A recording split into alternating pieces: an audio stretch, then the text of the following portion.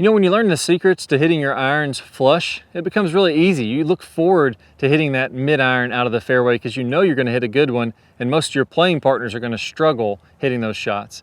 Now, I've put together 3 of my all-time best videos that are going to share with you some of those real secrets to hitting crisp irons. Let's go ahead and get started. Now, I got a drill for you that I guarantee you do this for 10 minutes, you're going to be a better golfer.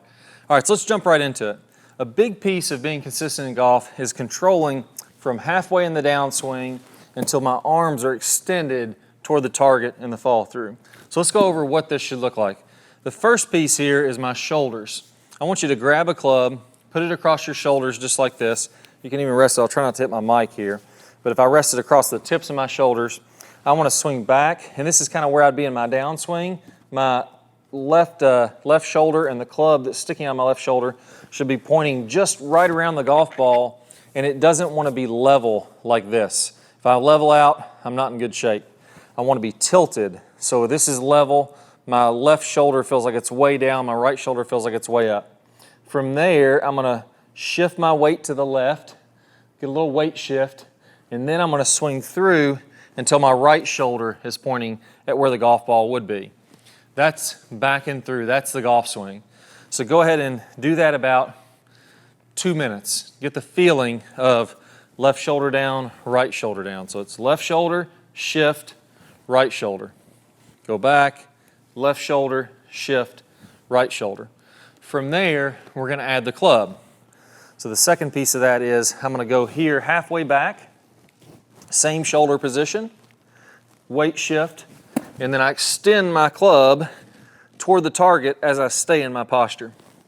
So it looks like this. Left shoulder halfway back, weight shift, rotate on through, and now my club is parallel with the ground here when I end. It's about chest high. On the backswing, we have lag. On the start of the downswing, we have lag. So that's at about a 90-degree angle. So it's not straight up and down like this. If we're looking from down the line, it's on plane. It's also toward the golf ball. So everything is working down toward the golf ball. But it has an angle when we're looking from face on. It's not like this, like it will be in the follow through. So 90-degree angle from face on or sharper. And then as we rotate through, level with the ground. Another 2-3 minutes, however long it takes you to get the feel with that. Now, once you get that overall feel, you notice on all these we did a shift and then a swing down. The shift part is very important. If you're going to play good golf, we have to hit this golf ball and then hit the turf in front. Now, there's 2 ways to feel this. I like to feel this by doing the little foot press drill like we just did, where I get to the backswing, I press my foot into the ground, and then rotate on through. And I like to verify that I'm actually doing this with a little divot board here, which is a fantastic, this training aid is so daggone good, I just love it. So I'm gonna go ahead and do that same drill now, where I go halfway back, shift, and then I go ahead and rotate on through. I went a little too far there, that's fine, but I wanna feel like I really extend on out. Now there, you notice if this was the golf ball, I would have hit the ball, come down, and then hit the turf in front. Absolutely a great drill because it gives me feedback of exactly where I hit. I would have known if these sequins had started turning over just before the golf ball that it would have been a chunk. I need to shift a little bit more. So if you shift enough and you rotate through, that divot's always going to be in front. So the last piece of this that's really, really important, I see so many players when they get that shift, they start to come over the top. So if I'm looking from down the line, I get that little half swing, I shift, and as I rotate on through, now all of a sudden I'm coming over the top. My club gets steep out here, and I swing right to left. So if I do that on the divot board, let's go ahead and hit one here.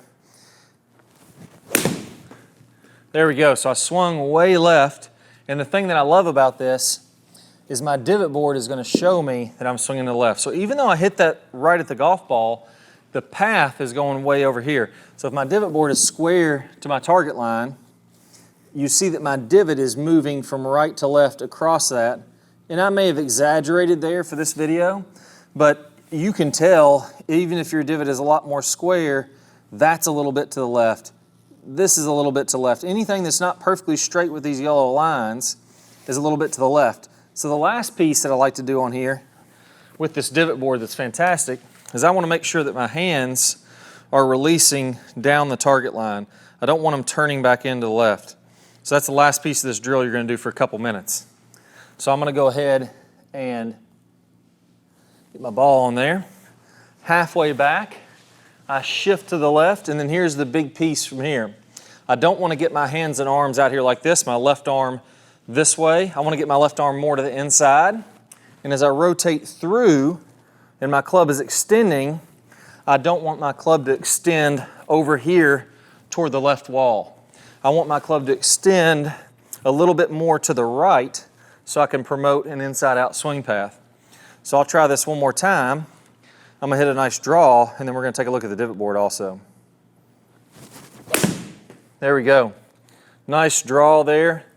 I swung inside out slightly, and look how much straighter that is on the divot board now. So I'm looking at this line here as I hit the golf ball, and just past that, nice and straight.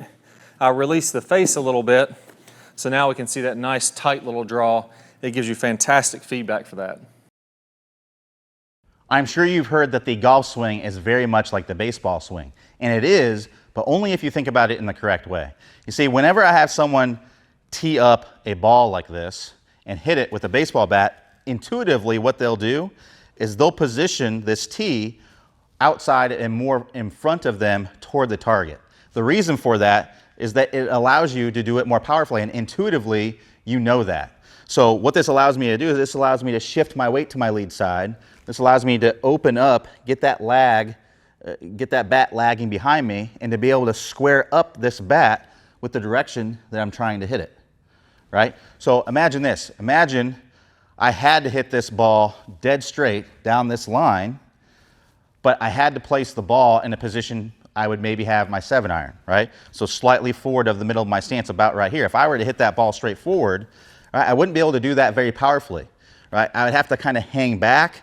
I'd have to kind of pull my hands in, and I'd have to really release this bat, or what feels like an early release, right, to get it to go straight. So the trick is to not square up the shaft with where you're trying to hit it, is to let that ball get deep and to imagine like you're hitting the ball down the opposite field. So the golf swing is like the baseball swing. It's like the baseball swing if we were hitting the ball down the right field line for a right-handed golfer, left field line for a left-handed golfer, right? So if I were to hit this ball from that position as powerfully as I can, I would still shift my weight forward. I would still open up my body, get this bat lagging behind me, but I would let my hands get in front and I would try to square up this bat with the direction I'm trying to hit it. So that's the trick. We have to trick our brain into thinking we are hitting the ball down the opposite field line, right? So how do we do that? So let's put this away, and I have a great drill for you that's going to allow you to kind of trick your brain into doing that. So this is like a gymnastic mat, like a mini gymnastic mat. You can get this in any sporting goods store. I think this was like $20 or $30. It's not very much. You can use an impact bag too. I just like this because it has a large, flat, padded surface that works really, really great for this. So what I'm going to do is I'm going to set this up. I'm going to open this up, this foldable one here. I'm going to set this up to where I have a large, flat surface right here that's vertical. And what I'm going to do is I'm going to place a ball about 1.5 feet behind that. So you can think of that as, you know, a grip length and a half. So if I take this, a grip length, and then put it right there, and then 1/2 grip length, I'm going to place the ball right about there. And that puts it about in the normal iron position. I'm going to move this over just a little bit. And what I'm going to do is I'm going to do some practice swings where I go up to the top, I'm going to pause, and then I'm going to come down, and I'm going to try to square up this shaft to this mat. And intuitively, this is something you're going to be able to do because it's very much like hitting a baseball straight forward, right? So that's the feeling that I'm having. I imagine like there's a baseball right here, and I'm trying to hit a baseball with the shaft of my club here, and I'm trying to hit that straight forward. I'm trying to hit a low and in fastball straight forward, straight to center field. That's the feeling that I'm going to have. So I'm going to go up to the top, I'm going to pause, and I come in, I'm going to come in and hit that dead flat. And the fact that it fell over, that's a good sign because that means that I hit it nice and square. Now, you're going to be able to feel it, right? If you don't hit this, if you come in and you hit it and you don't hit it squarely, right? If you come in and you stick the head in there, you're gonna feel it, right? So you wanna come in and it wants to be a nice solid hit where the shaft, everything is hitting this whole part of the shaft and the club head is hitting this at the same time. So I want you to go nice and slow with it at first, and then start to build up the speed and get to where you can do that pretty much at full speed, where you're going up to the top, you're pausing, and then you're coming in and hitting this dead flush at full speed. Once you're able to do that, then let's do it where we actually come in and we brush the ground, right? We go up to the top, we pause, and then we brush the ground and hit the mat. So that would look something like this. Go up to the top. So I come in and I hit that dead square after brushing the turf. So I'm going to get to where I can do that at pretty much full speed. Now, once I'm able to do that, I want to take out the pause. I'm going to go up to the top, nice fluid swing. I'll come in, I'm going to brush the turf and hit the mat. Once I'm able to do that, now what we want to do is have this move to the side. All right, so have this move to the side. And like I said, you can do this with an impact bag. I just like this because it's a nice flat surface. And this might actually be a little bit cheaper than an impact bag. So I'm going to move this off to the side a little bit. But what I'm going to do is I'm going to take a full swing again where I'm coming in, I'm brushing the turf, but I'm going to pretend like that mat is there and that I'm swinging through it, right? So that would look something like this. I'm going to go up to the top. I'm going to pause. I'm going to come in, I'm going to brush the turf, and then I'm going to square up the club to that mat, and then I'm going to come around into a full finish. So if I do that nice and slow, that would look something like this. Right? So now, if you look at that on video, it may not be perfectly lined up, but that's the sensation that I'm getting. You imagine this, if I came in and I really did that, I came in, I mean, look how much shaft lean I would have to get that to happen. So this is an exaggeration, having it a club, you know, a grip width and a half in front, but we really want to exaggerate things because we can always ease off of it. All right, so get to where you can do this in a practice swing and look at it on video. You know, look on video, see how close you're getting with the practice swing, with getting that, and then add the ball and do it with the ball there. Now in the backswing, you're going to notice some players on the PGA Tour bring the club way outside. Think about like a Matt Wolff. He does a little setup thing and then brings the club out here. If I was to pause the hands when they're about waist high or just a little above that, you're going to see the club way out here somewhere. Now he's one on the PGA Tour, he's pretty daggone good. You take a look at another player, JB Holmes, also PGA Tour winner. He's going to do something completely different. So when he takes the club back, it comes a little bit more inside. And when you pause the club in the same part of the backswing, his club's way over here. So these two players have their club, the club head, almost 4 feet apart in the backswing. So what gives? Well, it just shows you that there's some things in the golf swing that are preference. What does this have to do with address versus impact? Well, it's probably the most important part of this video. Those are preferences in the golf swing. The things I'm going to be talking to you here are cold, hard facts. You line up every single player that plays on the PGA Tour, and they're going to do what I'm teaching you here absolutely identical. They're going to have the same 3 things in all of their swings, and if you want to hit the ball consistently solid, this is a must-do thing. You have to learn a good impact, or we just won't be able to play great golf. Let's go and get started. All right, so let's jump into the first piece. Let's talk about what the club actually does because that's the most important. Now, when the club comes in the downswing, we're just talking about impact here, but really from what I call last parallel, the club is going to move identically or virtually identically on every single PGA Tour player. If we're looking at it from down the line, the same thing. This club is coming absolutely identical. So if you lay it over top of one another, 100 PGA Tour players all hitting the same club, almost you'd think it's the same swing over and over. There's small differences, but basically identical. Now, the first piece is shaft lane. So when we set up at address, our club shaft is going to be roughly straight up and down. It's okay to have a little bit of shaft lean. I like to have a little bit of a forward press as I come to address. But at impact, we have to have forward press. So what I mean here is, even if you set up with a club like this, that's totally fine. You'll find guys on the PGA Tour that do that. But every single one of them, when they're coming down to impact, have the shaft not vertical, but leaning in front. You see, tour players are leaning that shaft forward about 30% off of the natural loft. So here's what I mean by that. If I take a 60-degree wedge and the shaft is straight up and down at address, when it gets to impact, I'm going to take about 30% of that loft off. So I'm going to take it from 60 degrees down to 40 degrees. Or essentially, if I keep the leading edge of the club square, the face square to the ball, I'm going to be taking this club from 60 degrees down to 20 degrees of shaft lean to get the loft at 40 degrees at impact. If I take a 7-iron like I have here, it's going to start off at mid-30s loft, depends on the manufacturer, and it's going to lean forward a good 10-12 degrees to get you down to the low to mid-20s. So if you take a 3-iron, 20 degrees of loft, you're only leaning it forward 6-7 degrees. A driver has almost no forward shaft lean, just a tiny, tiny bit at impact. But why are we doing this? Why is it a cold hard rule that you have to have the hands in front? Can't I just use a longer club or do something different to make it happen? Well, there's 2 reasons. Number 1, it's way more consistent.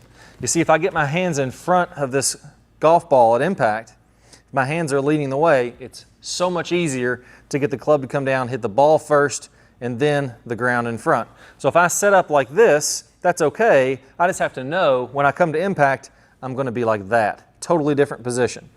Now, that's important, and you may be asking, okay, I get it. I see all the pros are doing that, but how do I do it? Well, that gets me to the second 2 things. The first one is your hips. Now, most players know that they have to get the hips open at impact, but it doesn't line up with what they're trying to do with the club. You see, if I'm trying to get my club in front of the golf ball at impact, now all of a sudden it makes sense to get those hips open and clearing out of the way. You see, if my hips were closed, so let's go ahead and take it, just imagine there's a club across my hips like this. If they were closed at impact, I could easily throw the club and get it leaning backwards like this, but there's no way my right arm won't even go far enough to get the club, my hands in front of the golf ball. It's almost impossible. But you'll notice as I open my hips up, look how much easier that gets to lean the shaft forward. So every degree your hips are closed, you're going to get reversed shaft lean. Every degree your hips are forward, you're going to tend to get more and more shaft lean. So I have to clear my hips out of the way. Now, piece number 2, and one of the most important things to address, is it all depends on your swing plane in the downswing. And this is what I tackled in my new course, the 20-minute shallowing fix. But if I'm already steep in the downswing and I open my hips, look at what that club's doing. I'm coming way over the top. I have to get this club shallowed out and from the inside. That way when I clear my hips open, the club's coming squarely from the inside, square through the golf ball at contact. So if you want to get your hips open, you have to be doing those 2 things right. If you're thinking about coming in steep or you naturally come in steep, we got to get that way more inside if we want to get the hips open. If we're thinking about having our club go back to where it was at address and we want to get our hips open, it's not going to happen. We're going to stall those hips out. We're going to throw the club to make that happen. We need to be thinking about this club being way up here like this. That's the idea I want to have to get the hips open.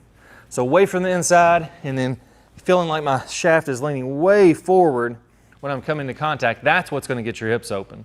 If we're not trying to do that, they're never going to open up. Now finally, and third, is the weight shift. You see, at address, my weight is actually favoring my right side. And I'll get to that here in a second, but that's wildly different than at impact. So at address, I'm probably 60% on my right side, 40 on my left.